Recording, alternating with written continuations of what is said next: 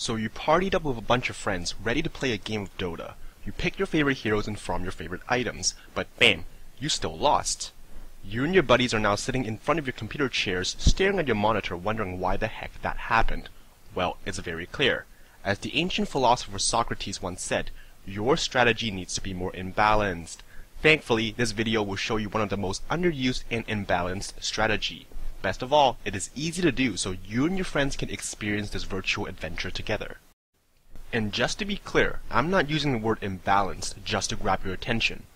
The strategy I'm talking about is so powerful that it was banned in many tournaments in the past.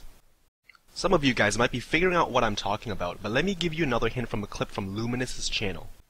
Right now, and the Scourge, you gotta keep in mind they're behind 16 kills. Scourge is behind 16 kills, and they're trying to Rax right now. This is such a big play. It looks like yes, if you remember that moment, you will know exactly what I'm talking about.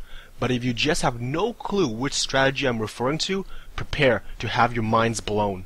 we have a couple man TP. Where are they TPing right now? Is it going to be the top lane? Yes, it's going to be a top lane here, and we're going to see a full-scale push. Looks like the Sentinel team has realized as well, and here we go. We're going to see Necrobooks 1, 2, 3, 4, 5 Necrobooks all being popped right now, and what do you do against this?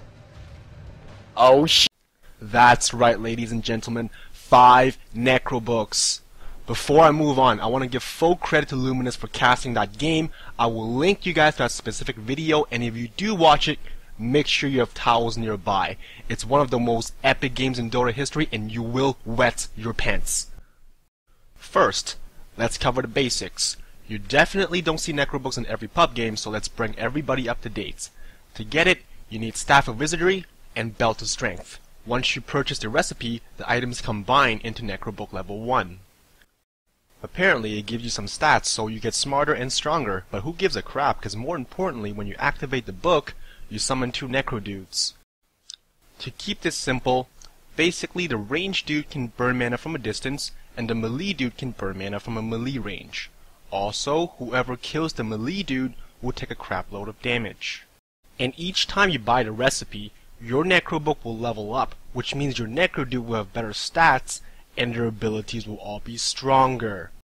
With all the bullcrap basics out of the way, you should be asking yourself, why is this item so dang good? Well, without boring you with too much math, assuming the Necro dudes just get 3 hits on your enemy, they will do about 400 damage before reduction, and about 200 mana drained. That's a ton of damage for such a cheap item, and if you add in the damage from Last Will and a Speed Aura, you're talking even more damage.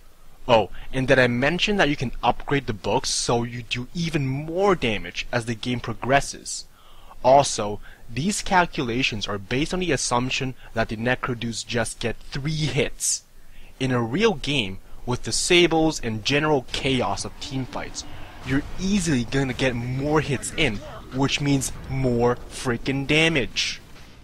While not as strong as Crack, cause that can mess up a person in 1 hit, Necrobook does its job very well because the damage it provides is very cost efficient. And remember, we're not talking about 1 silly Necrobook, we're talking about 5 frickin' Necrobooks, and what that means is massive amounts of pushing power. Let's think about the easiest ways to stop pushes, spamming AoE spells. However, with all these Necro dudes running around, every time an enemy hero uses an AoE spell, he risks instantly killing himself due to the return damage from Last Will. The second thing to note is that all the mana burn means you can focus down a hero's mana pool and turn him into just a big walking creep. The last point is that every push with 5 Necrobooks, you put your enemies in a lose-lose situation. If they fight Necro dudes, they're gonna lose mana and life. However, if they ignore the Necro dudes, well, they're just gonna take the towers and eventually your entire base. Now, I want to take a moment to address some of the common objections that some of you smartasses are gonna make. Some of you are gonna say, well, if the enemies just counterpick you with Chen or Enchantress, they can just stop your push. Well, smartass, keep in mind, puppies don't counterpick. Number 2, a couple of abilities is not going to be enough to stop 10 Necro dudes walking towards your base. And finally, 99% of the time, they have no freaking clue that you're going to be using this strategy, so they can't even counterpick in response. On the other hand, some of you might think that 5 Necrobooks is a lot of money. In reality, it's only 2700 gold. If you just have decent farm, at 300 gold per minute you can get it at around 9 minutes. But let's just say that you want some simple items like boots, or you had some simple setbacks, well, 15 minutes Necrobook is still powerful. Let's take it one step further. You're the support, you get trash farm, and you have to buy wards all game. Even then, Necrobook at 20 minutes or a little bit more is still fine because at that time, your entire team is gonna have them. And the last stupid objection I want to go over is, boo-hoo, it's too micro-intensive. And my response is, are you f***ing serious? Here's what you do. Step 1, activate Necrobook. Step 2, right-click on a tower. If enemies come, right-click on a hero. If you're feeling extra pro, use Mana Burn. Wow, was that so freaking hard? If you are genuinely concerned about it, I recommend you going to Steam, right-clicking Dota 2, and click on Delete Local Content. For the last section of this video, I want to go over what heroes are good with Necrobooks. The top choices in my opinion are Beastmaster and Lycan. Beastmaster's Inner Beast Aura gives everyone around him a 40% bonus attack speed. Combined with 10 Necrodudes, that's some serious damage. On the other hand, Lycan's ultimate makes your Necrodudes have max move speed too, and his damage aura and howl makes your team's Necrodudes more powerful. I was initially planning to do a quick top 10 list for the best heroes with Necrobooks, but looking at the hero list, it just seems like it's a fine choice on a lot of heroes. If the hero has disables, auras, or additional pushing power, that's good enough for a mass Necrobook strategy. And in other words, it's like every freaking hero in the game. So even if your teammate is a complete newbie and have no idea which hero to choose, tell him to go to the Learn tab, pick whatever is pretty, and then make a Necrobook. What that means is that it doesn't matter what skill level you or your teammates are, you can run this strategy right now and stomp pubs over and over again. Remember that this strategy was banned in tournament plays.